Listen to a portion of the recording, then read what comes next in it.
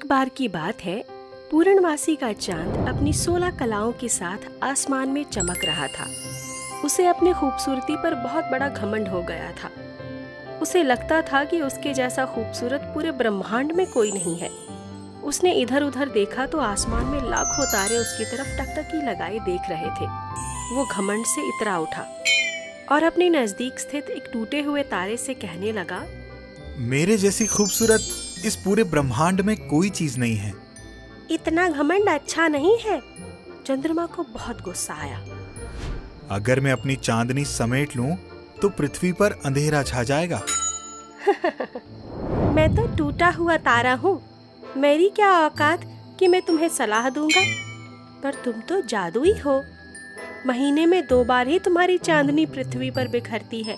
बाकी आधा समय तो पृथ्वी पर थोड़ी रोशनी ही रहती है। अभी पूरे चमकते हो तो दिखाई नहीं पड़ते। ये तुम्हारा जादू ही तो है। तुम ऐसा कैसे कह सकते हो? तुम ही बताओ, अंधेरी रात में मुझसे ज्यादा रोशनी कौन दे सकता है? क्या तुम्हें ये लगता है कि तारे तुमसे बहुत चमकीले हैं और वो पृथ्वी से इतनी दूर हैं, इसलिए छोटे दिखाई पड़ते हैं? अगर वो नजदीक होते तो तुम्हारी चमक फीकी पड़ जाती। चंद्रमा सोच में पड़ गया। मैं तारों के पास जाकर देखना चाहता हूँ। चलो, मैं आगे चलकर तुम्हें रास्ता दिखाता हूँ। चंद्रमा उसके पीछे पीछे चलने लगा, पर आधे रास्ते तक जाते ही वो थक गया। उफ, यहाँ तो बहुत गर्मी भी है। अब तो मैं बहुत थक गया हूँ। मुझे पसीना भी आने लगा है। ठीक है, तुम्हारे पास तो जादुई शक्तियाँ हैं। तुम तारों के पास जाने से पहले पृथ्वी से पूछो कि क्या अब भी तुम्हारी रोशनी वहाँ तक पहुँच रही है।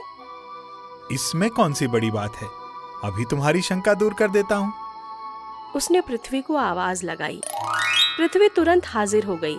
उसने आते ही कहा, क्या बात है चंद्रमा, तुम आज के दिन कहाँ छुप गए? आज तो तुम्हारे चमकने का दिन है। पूरी धरती अचानक अंधकार में डूबती जा रही है। आज कौन सा जादू दिखाने वाले हो? मैं ऊपर तारों से मिलने जा रहा हूँ। ऐसा कभी मत करना। तारों के पास जाओगे तो तुम्हारी रोशनी धूमिल पड़ जाएगी। उनकी रोशनी बहुत तेज है। चंद्रमा को बहुत गुस्सा आया। तुम नहीं जानती कि मेरी वजह से तुम पर रोशनी होती है। जिस दिन मैं ना आऊं, पूरी पृथ्वी अंधकारमय हो जाती है। ये तुम ही ने बताया अभी। तुम जाओ, मुझे तुम्हारी सलाह नहीं चाहिए। मुझे जो करना है मैं खुद कर लूंगा। जो भी मिलता है वो मुझे नीचा ही दिखाना चाहता है। वो मुंह लटकाए तारे के पीछे पीछे चलने लगा। देखा, सभी ये जानते हैं कि तुम्हारे पास जादुई शक्तियाँ हैं।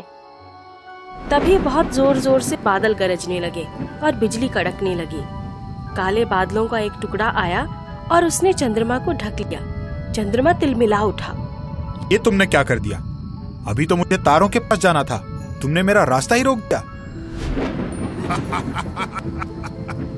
तुम तारों के पास इतनी दूर क्यों जाना चाहते हो? तुम्हारी जहाँ जगह है तुम्हें वहीं रहना चाहिए। अपनी बराबरी दूसरों से करके अपनी ही बेइज्जती करवाना तुम्हें शोभा नहीं देता। पूरे आसमान में तुम्हारा एक छत्र राज है। धरती पर तुम्हारी पूजा होती है। त्योहारों पर स्त्रियां तुम्हें देखकर अपना व्रत खोलती हैं। तुम्हें किस चीज की कमी है?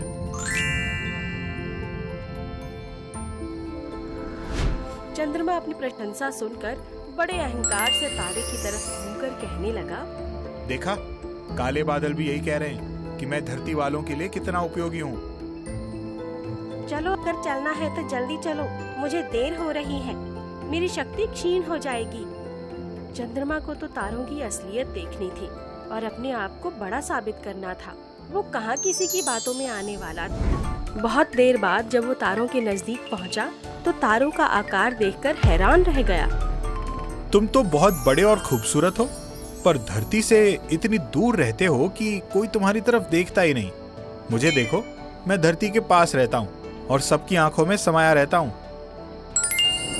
चंद्रमा, तुम तो वैसे ही बहुत खूबसूरत हो। तुम्हारी सबसे बड़ी खूबसूरती तो तुम्हारी शीतलता में छुपी है।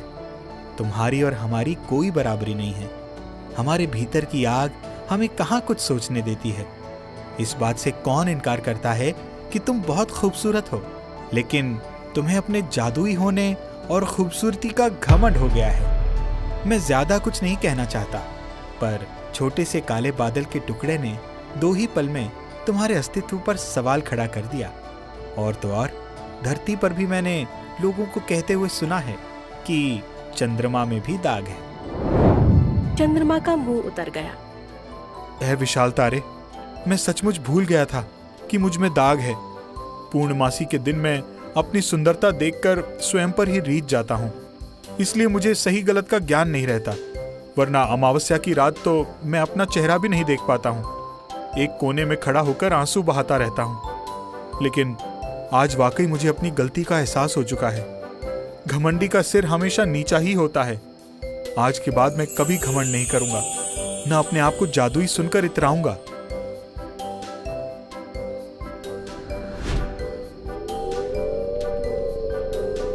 ये कहकर चंद्रमा जल्दी जल्दी अपने स्थान पर आकर चमकने लगा।